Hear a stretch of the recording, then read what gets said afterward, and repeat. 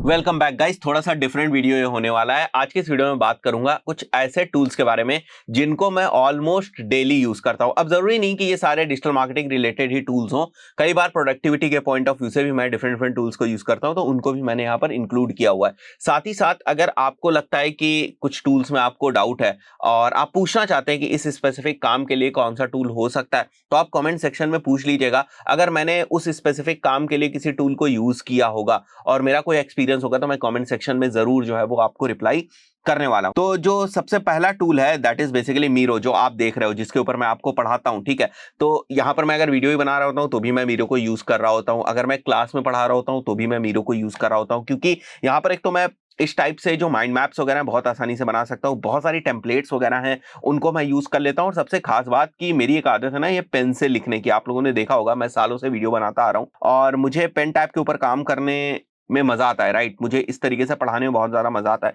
तो मुझे ना मीरो का ये वाला जो इंटरफेस है ना, इसमें ये जो पेन है ना, बड़ा स्मूथ लगता है। राइट, और इसके साथ साथ ना मैं वॉकॉम का पेन टैबलेट यूज करता हूं। तो बहुत सारे लोग जो मेरे वीडियोस को देखते हैं पूछते भी कि कौन सा पेन टैबलेट आप यूज करते हैं, तो वो वॉकॉम कंपनी का पेन टैबलेट है, वो मैं यूज करता हूं। उसमें वायर्ड और नॉन वायर्ड दोनों ही आते हैं, तो वो भी आप चाहें तो उसको चेक कर लीजिएगा आप, बट दैट इज समथिंग जो मैं यूज करता हूं। Second is basically tele CRM. अब ये एक सीआरएम है और यहां पर आप मेरे वीडियोस में जो फोन नंबर्स देखते हैं, जब भी आप में से कोई भी उन फोन नंबर्स के ऊपर कॉल करता है, तो ये फोन नंबर्स हमारे टेली सीआरएम से कनेक्टेड हैं। और जब भी हमारी टीम से कोई उन फोन्स को रिसीव करता है ना, तो वो इंफॉर्मेशन जो है वो टेली सीआरएम के अंदर जाती है। आपकी रिकॉर्डिंग्स वगैरह भी टेली सीआरएम के अंदर जो है वो जाती हैं।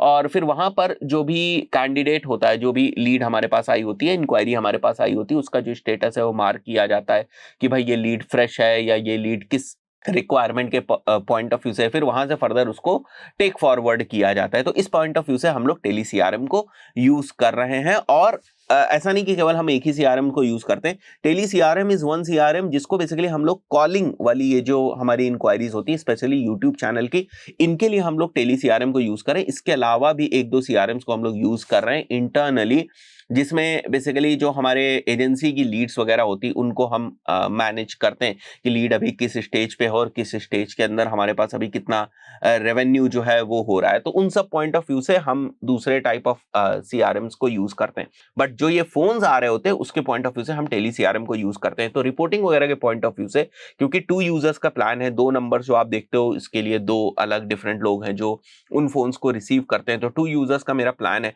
तो अक्सर दिन में ऐसा जरूर होता है कि मेरे को रिपोर्ट्स वगैरह चेक करनी होती है कि भाई कितनी कॉल्स आई, कितनी इनकमिंग कॉल्स आई, कितनी आउटगोइंग कॉल्स आई। और कभी कभी ना बीइंग द बॉस, मैं कभी कभी कुछ रैंडम रिकॉर्डिंग्स भी चेक कर लेता हूँ whether these people are talking in right way और नॉट। तो this is the tool that we basically use. Right, so सबकी एक एक रिकॉर्डिंग जो है वो इसके अंदर रहती है।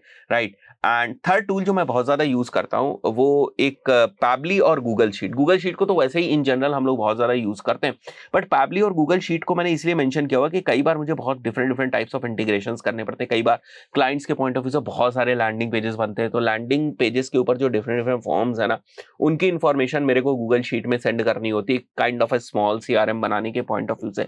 तो उसके लिए ये टूल हम लोग यूज करते हैं पैबली को इंटीग्रेशन के पॉइंट ऑफ व्यू से। अब पैबली का हम लोगों ने पेड वर्जन जो है बेसिकली वो ले रखा है, और पैबली के ऊपर मैंने प्रॉपर ट्यूटोरियल्स भी बनाए। अगर टेक्निकली का आपको सीखना है तो आप जाकर सीख सकते हैं वहां से। तो इसको हम लोग यूज करते हैं, और गूगल शीट के ऊपर ज्यादातर डेटा को हम लोग सेंड करते हैं। कई बार 2 डिफरेंट एप्लीकेशंस को भी कनेक्ट करने के पॉइंट ऑफ व्यू से हम यूज करते हैं, या कई बार हमें हमारा जो पेमेंट गेटवे है उसके ऊपर जो सक्सेसफुल ट्रांजैक्शंस होते हैं उनको लेकर जाना होता है कहीं पर, या पेमेंट गेटवे से कई बार हमें जो इन्फॉर्मेशन है वो ईमेल मार्केटिंग टूल के अंदर लेकर जानी होती है।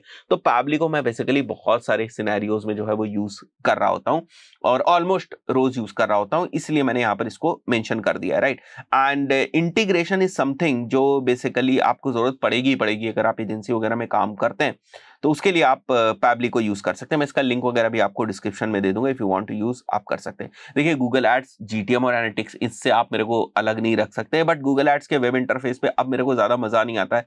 कुछ सालों से मैं ज्यादातर गूगल एड्स एडिटर के ऊपर ही काम करता हूँ, क्योंकि देखिए हम लोग प्रोडक्टिविटी को बहुत ज्यादा ध्यान में रखते हैं। तो गूगल एड्स का जो वेब इंटरफेस है ना, काफी स्लो रहता है। तो जब भी मुझे कुछ फास्ट काम करना होता है तो मैं प्रेफर करता हूं कि मैं गूगल एड्स एडिटर के ऊपर काम कर लूं, जो गूगल एड्स का ऑफलाइन वर्जन है उसके ऊपर मैं काम कर लूं। लूं, बट अगर केवल मेरे को डेटा वगैरह ही देखनी होती है तो मैं गूगल एड्स वेब इंटरफेस पे देख लेता हूँ। कुछ ना कुछ मैं नया ट्रैकिंग के पॉइंट ऑफ व्यू से, जावास्क्रिप्ट ट्रैकिंग के पॉइंट ऑफ व्यू से एक्सप्लोर ही करता रहता हूँ। तो उसके लिए ना अक्सर ऐसा होता है कि मेरे को जीटीएम और एनालिटिक्स को यूज करके ना कुछ नई नई टाइप की जो ट्रैकिंग है उसको टेस्ट करने की जरूरत होती है, उसको सीखने की जरूरत होती है। तो वो सारी चीजों के लिए ना आप मेरे को इससे अलग नहीं रख सकते। और जो लोग मेरे को काफी सालों से जानते हैं वो ये जानते हैं कि मेरे करियर की शुरुआत ही ना गूगल एड्स के ऊपर काम करते हुए हुई थी।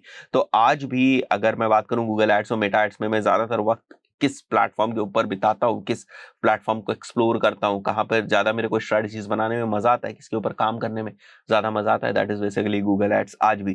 ठीक है, तो इसके ऊपर मैं अक्सर काम करता हूँ। And fifth is basically SEM rush. देखिए एसईओ से रिलेटेड कोई काम हो, चाहे छोटे छोटा कीवर्ड रिसर्च हो या बड़ी कॉम्पिटिटिव एनालिसिस हमें करनी हो, राइट, या टेक्निकल एनालिसिस हमें करनी हो, ज्यादातर केसेस में, I mean 99% of the cases में हम एसईएम रश को ही अपना प्राइमरी टूल मानते हैं एसईओ के पॉइंट ऑफ व्यू से। इसके साथ हम कुछ एक्सटेंशंस वगैरह को यूज कर लेते हैं कई बार, जैसे छोटे छोटे बहुत सारे एक्सटेंशंस आपको देखने को मिल जाते हैं एसईओ वगैरह के। जब आप किसी स्पेसिफिक पेज के ऊपर जाते हैं तो उस पर टाइटल लगा है या डिस्क्रिप्शन लगा है, ये सारी चीजें चेक करने के पॉइंट ऑफ व्यू से बहुत सारे छोटे छोटे एक्सटेंशंस आपको मिल जाएंगे क्रोम वेब स्टोर के अंदर, तो वो यूज कर लेते हैं। बट मेजरली हम ज्यादातर अगर इत्मीनान से बैठ के एसईओ के ऊपर काम कर रहे होते हैं या टीम काम कर रही होती है तो बेसिकली एसईएम रश को ही यूज करते हैं। कई बार हम टेक्निकल एसईओ के पॉइंट ऑफ व्यू से स्क्रीमिंग फ्रॉग वगैरह को भी यूज कर लेते हैं, बट फिर भी ज्यादातर केसेस में हम एसईएम रश को भी यूज करते हैं। तो ऐसा बहुत ही मुश्किल है कि किसी दिन मैं एसईएम रश के ऊपर काम ना करूं। मतलब मंथ में ऐसा तो जरूर होना है कि 25-26 दिन मैं एसईएम रश के ऊपर कुछ ना कुछ जो है वो काम करता हूं। Sixth is basically chat GPT 4o, यानी चैट जीपीटी का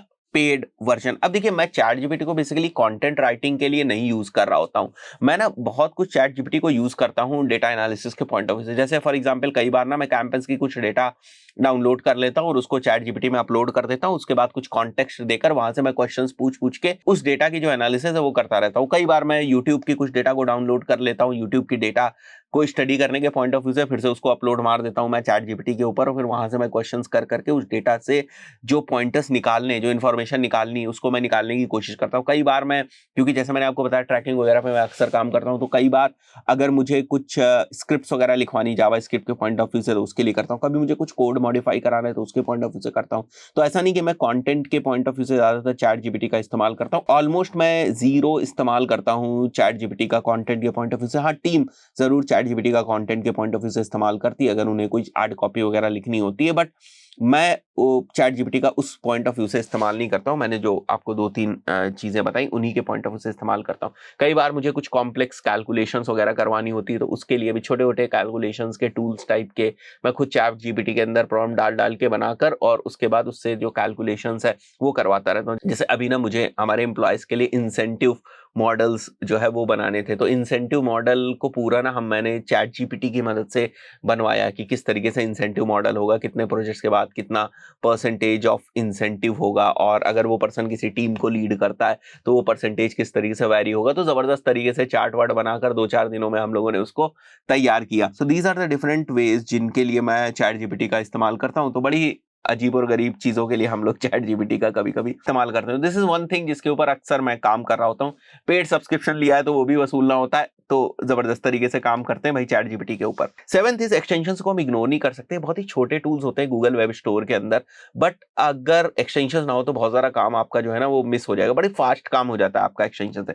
जैसे फेसबुक पिक्सल हेल्पर हो गया, वेपलाइजर हो गया, डेटा लेयर चेकर, जैसे मैंने आपको बताया जावास्क्रिप्ट बेस्ड ट्रैकिंग वगैरह मैं अक्सर करता रहता हूँ। तो डेटा लेयर चेकर यहाँ पर आप देख सकते हैं, ये डेटा लेयर चेकर है, ठीक है। तो इससे डेटा लेयर के अंदर आपके कौन से इवेंट्स है और इवेंट रिलेटेड पैरामीटर्स, उनकी वैल्यूज क्या है, ये सारी चीजें मैं डेटा लेयर चेकर से चेक कर लेता हूँ, ठीक है। ट्रैकिंग से रिलेटेड और भी टूल्स मैं यूज कर रहा होता हूँ, जैसे ये एनालिटिक्स डिबगर हो गया। यहाँ पर अगर आप देखोगे तो ये ओमनी बग हो गया, ठीक है। यहाँ पर एक एडिट दिस कुकी करके आपको एक्सटेंशन दिख रहा हो, तो इन एक्सटेंशंस को भी मैं रेगुलरली बेसिस पे यूज करता हूँ। ये रिकॉर्डिंग के लिए लूम एक्सटेंशन है जिसको मैं यूज करता हूँ, बट प्राइमरली मैं रिकॉर्डिंग के लिए इसको यूज नहीं करता हूँ। रिकॉर्डिंग के लिए मैं ओबीएस को यूज करता हूँ, वहां पर है जरूर ये, बट मैं उतना एग्रेसिवली उसको यूज नहीं करता हूँ। यहाँ पर जैसे आप देख सकते हैं ओबीएस है, तो प्राइमरी जो भी आप रिकॉर्डिंग्स वगैरह देखते हैं ना, ये रिकॉर्डिंग मेरी screen recording to be very precise जो मेरी हो रही होती है वो OBS के ऊपर ही हो रही थी। फेसबुक एड्स लाइब्रेरी पे भी मेरा थोड़ा बहुत जो वक्त है वो बीतता है। अब फेसबुक एड्स लाइब्रेरी का एडवांस वर्जन्स वगैरह की अगर मैं बात करूं तो फोरप्ले जैसे टूल्स आज आपके पास मार्केट के अंदर अवेलेबल हैं। सो इन टूल्स के अंदर आपको और ज्यादा बेहतर तरीके से आपको जो क्रिएटिव्स हैं उसकी एनालिसिस करने का ऑप्शन मिल जाता है। क्रिएटिव्स के बोर्ड्स आप बना सकते हैं, आप अपने रिसर्च के बोर्ड्स बना सकते हैं, उसको टीम के साथ शेयर कर सकते हैं, ब्रीफ वगैरह एड्स के आप बना सकते हैं। There are many things that you can do with in these kind of tools. So इस टूल के ऊपर भी हम लोग जो है वो थोड़ा बहुत काम करते हैं। Eighth is basically payment gateway related thing, क्योंकि बहुत सारे हमारे डिफरेंट टूल्स हैं। LMS की अगर मैं बात करूं, जैसे जो LMS मैं यूज कर रहा हूं जहां से आप लोग कोर्सेज वगैरह को परचेज करते हैं, that is basically on graphy. ठीक है, तो पेमेंट गेटवेज वगैरह को देखना, बहुत सारी इनवॉइसिंग वगैरह हम लोग करते हैं तो उसके लिए जोहो बुक्स को यूज करते हैं। या अकाउंटिंग के लिए अगर मैं बताऊं तो प्राइमरली अभी हम लोग जोहो बुक्स को यूज कर रहे हैं। कैश फ्री को मैं डोमेस्टिक ट्रांजैक्शंस के लिए यूज करता हूं, रेजर पे को डोमेस्टिक प्लस इंटरनेशनल ट्रांजैक्शन के लिए यूज करता हूं। साथ ही साथ हम लोग स्ट्राइप, पेपाल, पेयोनियर को भी यूज कर रहे होते हैं, बट मेजरली जो हम यूज कर रहे हैं वो कैश फ्री को, रेजर पे को यूज कर रहे हैं। अगर मैं पेमेंट गेटवे के रिगार्ड्स में बात करूं, कई बार कुछ पेमेंट्स के लिए हम पेपाल वगैरह को यूज कर लेते हैं, और ये सारे मेथड्स आपको यूज करने चाहिए बिकॉज ये चार्जेस जरूर लेते हैं, लेकिन अगर आप इंटरनेशनल ट्रांजैक्शंस वगैरह कर रहे हैं तो उसमें ना टैक्स के पॉइंट ऑफ व्यू से बहुत सारे जो कॉम्प्लायंसेस है वो होते हैं, जैसे FIRC वगैरह का प्रेजेंट होना आपके पास बहुत ज्यादा जरूरी होता है। तो उसके पॉइंट ऑफ व्यू से आप जो है वो प्रॉपर पेमेंट गेटवेज वगैरह को यूज करें, और जो डॉक्यूमेंटेशंस वगैरह हैं, जो कॉम्प्लायंसेस हैं, उनको फुलफिल करें, अदरवाइज आपको भविष्य में प्रॉब्लम होगी। तो इसके ऊपर भी हमारा अक्सर जो है वो बहुत ज्यादा काम होता रहता है, राइट। नाइन्थ इज बेसिकली जो मेरा मीटिंग रिलेटेड इकोसिस्टम है, that is Calendly plus zoom और प्लस गूगल कैलेंडर, राइट। और ये ग्राफी तो मैंने यहाँ पर मेंशन कर दिया है, ठीक है, वो मैंने अभी आपको पहले ही बता दिया। सो हमारा जो कैलेंडली का पेड वर्जन है हमारे पास, वो जनरली मेरी टीम के पास रहता है, और वहां पर वो हमारी मीटिंग शेड्यूल कर देते हैं। अगर किसी को सेंड करना है उसका लिंक किसी क्लाइंट को या किसी प्रोस्पेक्ट को, तो उसका लिंक शेड्यूल हो जाता है, और लिंक क्रिएट करके शेड्यूल कर देने के बाद जो मेरा जूम है उसके अंदर जो है वो मीटिंग्स क्रिएट हो जाती है, और वहां से मैं मीटिंग्स कर लेता हूँ। तो दिन का अगर आप देखो तो 2-2.5 घंटा तो मैं जूम के ऊपर ही रहता हूँ। अगर मैं अपने वर्किंग आवर्स जो भी मैं 12-13 घंटे काम करता हूँ उसमें अगर मैं बात करूँ तो 2-3 घंटे तो मैं जूम के ऊपर ही रहूंगा।